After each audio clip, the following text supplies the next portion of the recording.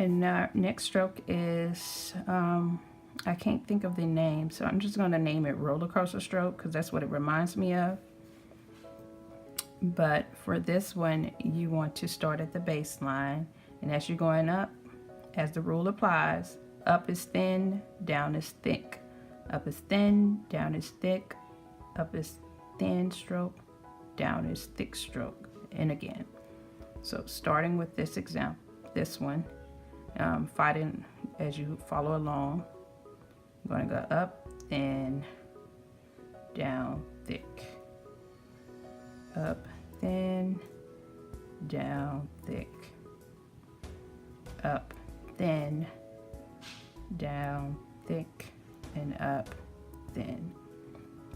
And that's basically it. I don't know what I just said there, but you're doing what the basic rule that applies. As you go up, you're going thin stroke, and as you go down, you're going downward in a thick stroke. So up is thin, no pressure. Down, pressure, thick stroke. Up, no pressure. Down, pressure, thick stroke.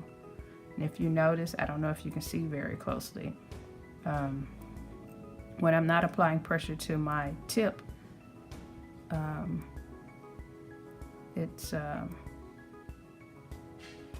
creating a thin stroke. But when I do apply pressure, I'm pressure down, so my tip kind of like folds down because of the pressure I apply to it. See, it's not in its natural position, whereas if I'm going up, I'm not applying no pressure.